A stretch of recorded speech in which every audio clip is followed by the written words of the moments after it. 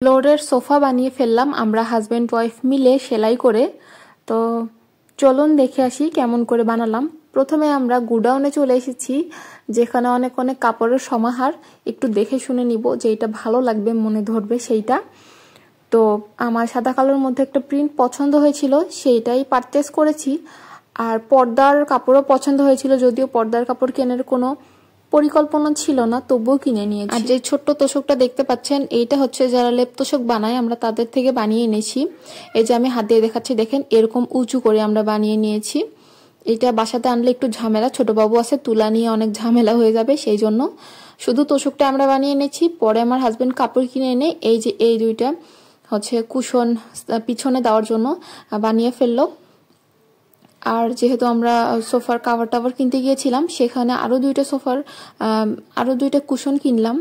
এই যে এই দুইটা কুশন মাশাআল্লাহ বলতে কিন্তু কেউই ভুলবেন না, কারণ আমার বর এই যে সেলাই করতেছে এই যে এই কাভারটা আমার পছন্দ হয়েছিল, সেই জন্য এটাই কিনে এনেছি ব্ল্যাক এন্ড হোয়াইটের মধ্যে।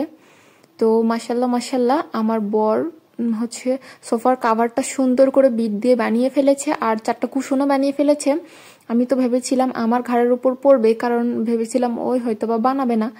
আর ওই হয়তো মানে ওই সেরকম সেলাই পারে না বলতে গেলে, ওই শুধু জোড়াতালি দেওয়া যতটুকু আর কি ততটুকু পারে, সেরকম পারে না। কিন্তু দেখলাম না, বেচারা পুরো একদম সোফার কাভার কুশন কাভার 4টা একদম কমপ্লিট করে ফেলছে, আর একদম পারফেক্ট হয়েছিল। আবার বিট দিয়েছিল, বাবা মাশাআল্লাহ মাশাআল্লাহ অনেক সুন্দর হয়েছিল। আপনার ফাইনাল রেজাল্ট দেখতেই পাবেন। আর হচ্ছে এই যে এই কাভারগুলো যদিও কেনার কোনো প্ল্যান ছিল না, তবুও কিনে এনেছি, ভালো লেগে গিয়েছিল। ক্যামেরার কারণে সেরকম একটা ভালো আসতেছে না। আর ওই আমাকে দুইটা ছোট ছোট কুশন বানিয়ে দিল, যে দুইটা কাভার কিনে এনেছি সেই দুইটা।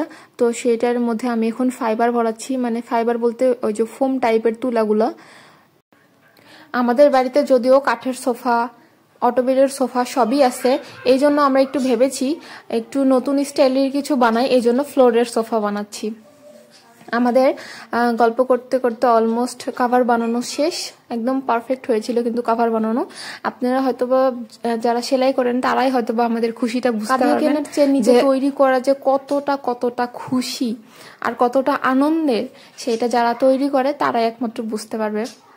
প্রচুর মজা লাগতেছিল, মনে হচ্ছিল ওয়াও আমরাই বানিয়ে ফেলেছি।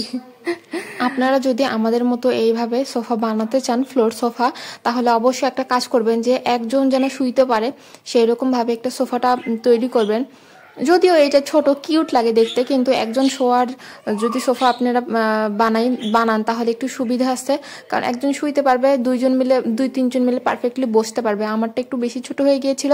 আমার হাজব্যান্ড আগে বলতেছিল যে বানাবো এরকম বলতেছিল, কিন্তু হুট করেই বাজার থেকে ওই তোষকটা সেলাই করে নিয়ে চলে এসেছে। তো যখন সেলাই করে নিয়ে চলে এসেছে তখন তো আর বলার কিছু থাকে না। তো এই জন্য একটু ছোট হয়েছে, তবে কিউট, অনেক সুন্দর লাগতেছিল। তো আপনাদের কেমন লেগেছে অবশ্যই জানাবেন। আর হচ্ছে এইটা ট্রাই করে দেখতে পারেন, কম খরচের মধ্যে ফ্লোর সোফা।